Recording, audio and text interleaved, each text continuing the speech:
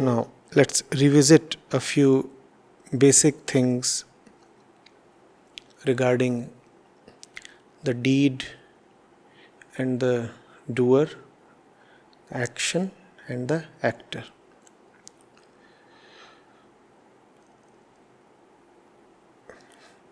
Sri Krishna tells Arjun very early on in his epic discourse, all that is ever happening is due to the three gunas of Prakriti. Yet the foolish one thinks that he is the doer.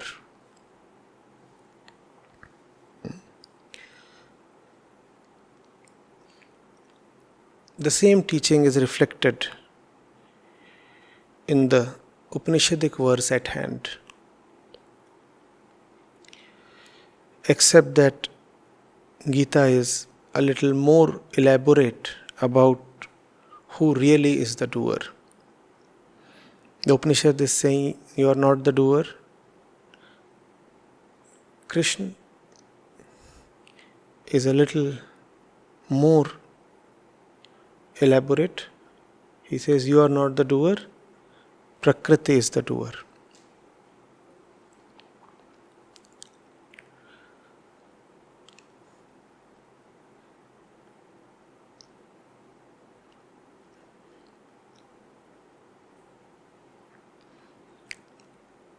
All doing is in the domain of the false I.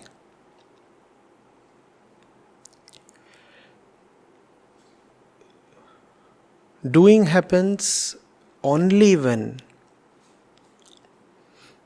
there is a need to do. All our doing is sakam, arising out of need or arising out of desire. Here, need and desire are taken as synonymous. So, the false I acts because it feels that there is a requirement that can be met by acting. Doing will take me somewhere, says the ego. And it wants to reach somewhere because it is convinced that it is not all right where it currently is. So it says, I must reach somewhere. Are you getting it? Now, the more you act in order to reach somewhere and gain completion, the more you convince yourself by way of your action that you are indeed the incomplete one. Are you getting it? So incompleteness is a tendency, then a thought. And incompleteness becomes a very certified thing when it turns into your action, your life. Are you getting it? You may say that you are acting in order to gain completion. But even if you are acting in order to gain completion, you have still confessed that you are incomplete. And therefore, action arising out of a point of incompletion only furthers the incompletion, though ostensibly it carries the purpose of completion. Are you getting it? And that is why the ego remains in its self-created trap and loop, tries hard to break out, but does not succeed. Just as a man in a quagmire sinks only deeper the more he tries to find his way out by throwing about his limbs. That's the situation of the ego.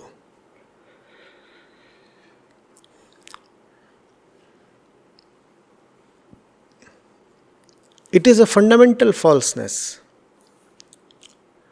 And the more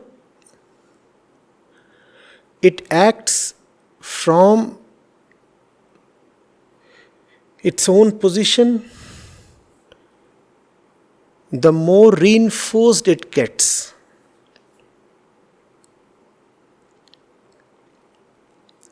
Are you getting it?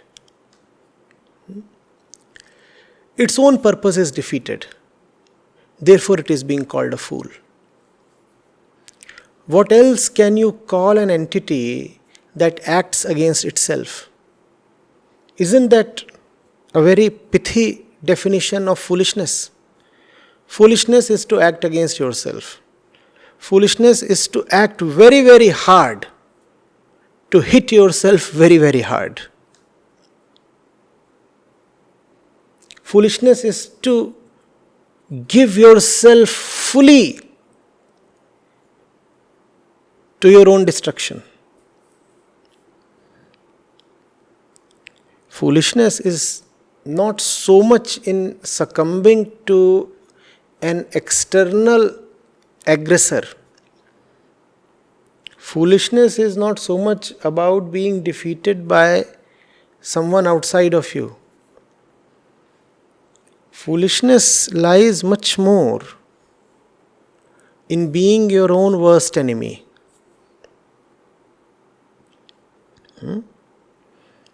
Not only being your own worst enemy, but actually being proud of it. You see, I work so hard. I work so hard without ever asking myself, what for? Firstly, what for? Secondly, from where? Incidentally, the answer to both these questions is always the same. If you want to know what you are working for, just figure out where you are working from. And if you want to know where you are working from, just see what you are working for. These 2 points are always coincidental.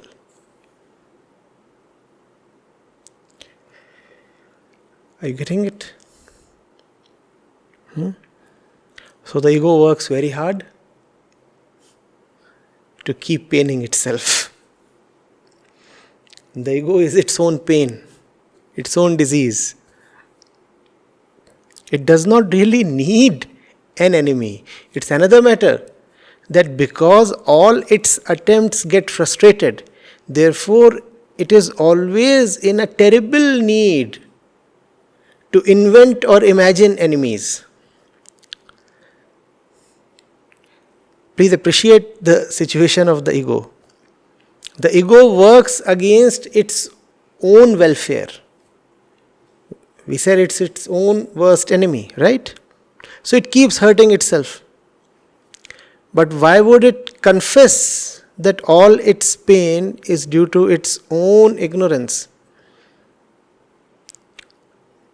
Yet the pain is very much there. So somebody has to be blamed. The ego cannot blame itself. So what does it compulsorily have to do? It invents enemy. Surely my pain is coming from there. That fellow is responsible. This one here. He's the mischief maker. And if you can find nobody else, or if the stock of excuses gets exhausted, then blame the Almighty Himself. Well, it's all God's doing. I am destined to suffer. How can one fight his fate? Or, I was made like this. What do? I was born like this. It's in my genes. Somebody has to be blamed. Do you know why somebody has to be blamed? Because there is some loss happening every moment.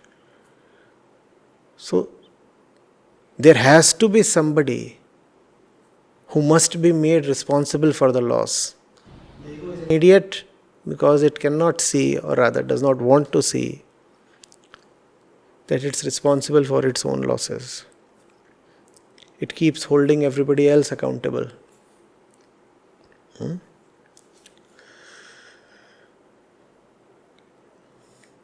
Or look at it another way.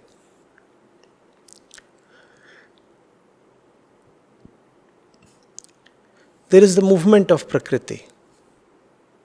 There is the movement of Prakriti.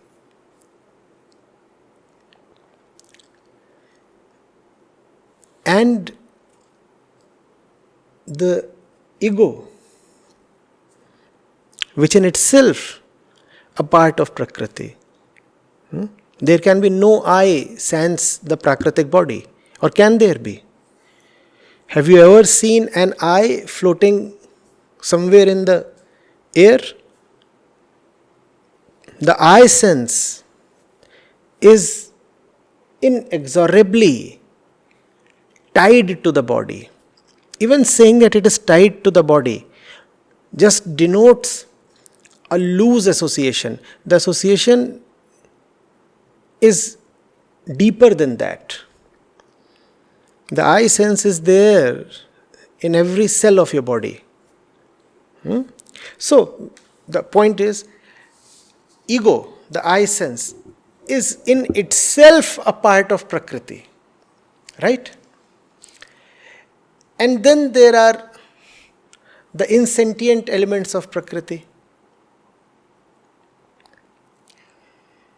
The I sense is to use all that is there in Prakriti to reach its freedom, its redemption. You could say the entire world, the entire sensory Prakritic world, is a tool that the I has been gifted with or armed with, so that it may use the tool to reach its liberation. Now, instead of using the tool to demolish your enemy or your bondages, if you use the same tool to crack open your head, your skull, how wise can you be called? You are chained, let's say, right? Chains around your wrists, chains around your ankles, pretty heavy chains. Chains around your neck. And some well-wisher says, here is a hammer, and here is a welding torch, and here are some other tools. And he just says this much, trusting that you have wits enough to realize what the hammer and the torch and the tools are for. He leaves you with the tools. You already are chained and you have been given some tools. What do you use those tools for? You use those tools to destroy your head. Huh? How wise can you be called? Do you get the analogy? Who is the man?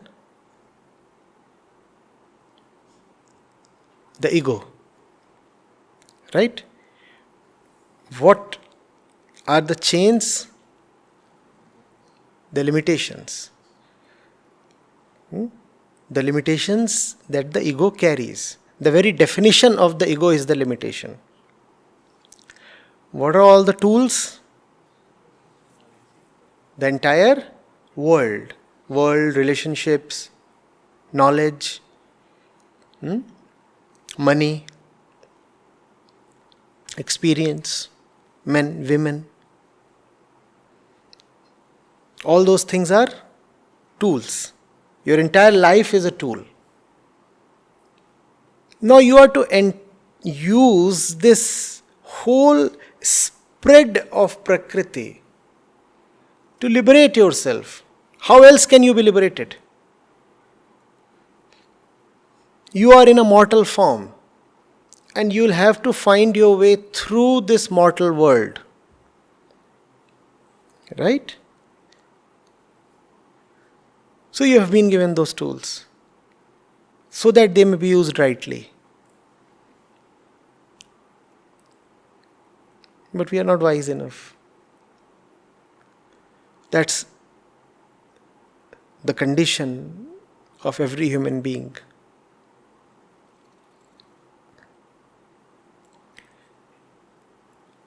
You have a life, you have resources, you have knowledge, you have intelligence, you have memory, you have experience.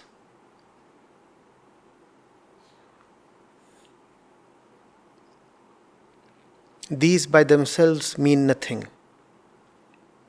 You will not be able to carry money for too long. Death awaits you. Money in itself is an external thing, an object to be held in your hands. It cannot give you internal liberation unless you use the money rightly. Same with knowledge, relationships, experience, anything, everything that you can count as a resource. These are to be used rightly. And the only right purpose is freedom from what enslaves you, what limits you, what holds you down.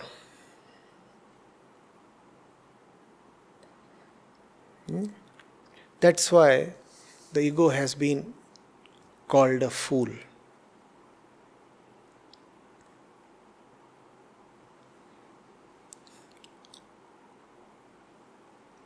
Getting it? It keeps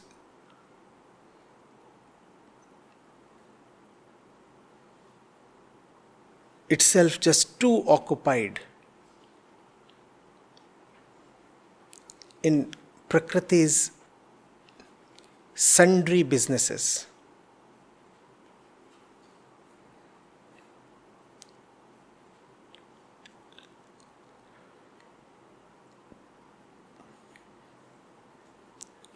Like a fellow who has a crucial examination tomorrow.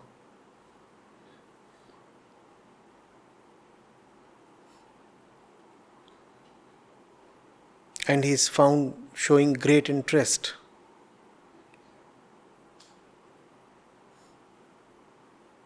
in some random street brawl on the road outside his house. What do you have to do with it? These are things that keep happening. Don't you know your own purpose?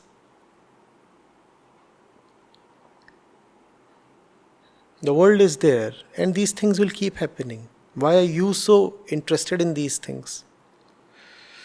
The example is easier to comprehend.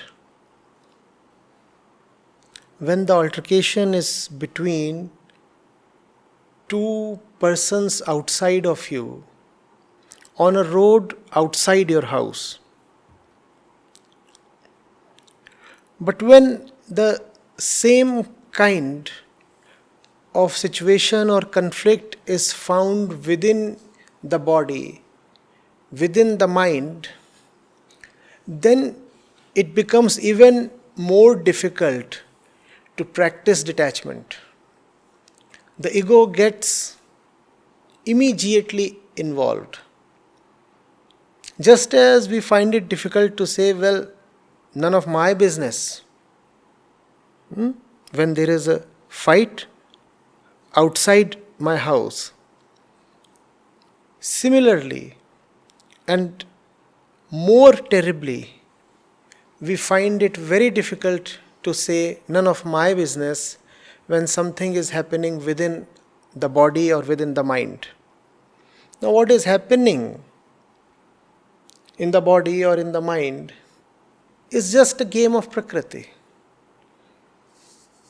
But you feel as if it is an obligation upon you to meddle into these things.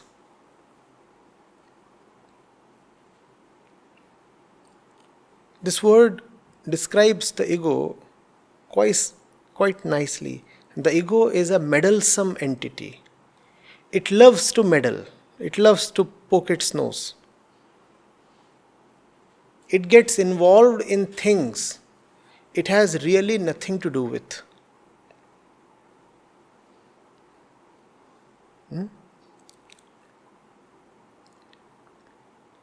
Getting it? The body breathes. The ego says, I am breathing. As if the body would stop breathing if you don't assist the body. Or if the I consciousness subdues, falls asleep, or disappears. The body would still keep doing what the body is programmed to do. Look at the ego. I am breathing. Now this is again easier to understand because we know that breathing is an involuntary action of the body. Your consent is not really needed. But it becomes far more difficult to appreciate that just as you don't really breathe, you also don't really think or emote. You can relatively easily appreciate that you don't breathe, breathing happens. But it is very difficult to appreciate for most people that you don't think, thinking happens. Or that you don't emote, emotions just happen. And if these things just happen on their own, why do you call those things as your own? Those things are so very autonomous. They have nothing to do with you. But the ego, rightly called foolish, just keeps interfering. Just keeps owning things that are not its own. The stuff belongs to somebody else. The ego says, it is mine. And that is the root cause of all suffering. Because when you will call somebody else's stuff as your own, then a lot of pain awaits you when the real owner returns and claims his stuff.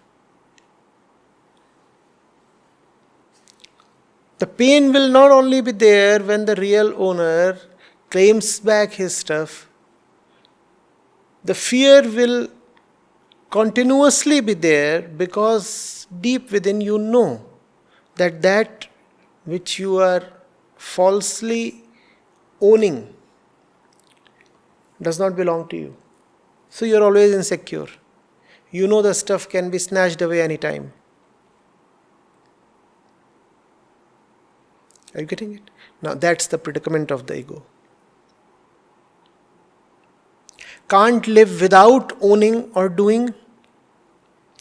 And once it has owned something or owned doership, it again can't live peacefully because it knows that it has owned something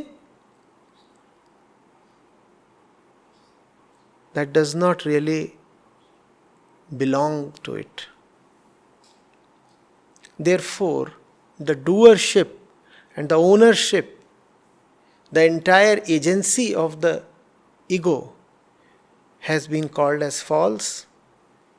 The ego has been called an ignorant idiot. It hurts itself.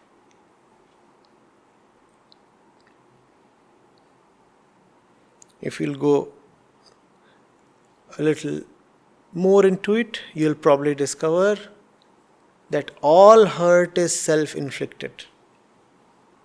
No hurt really comes from any point other than the false self.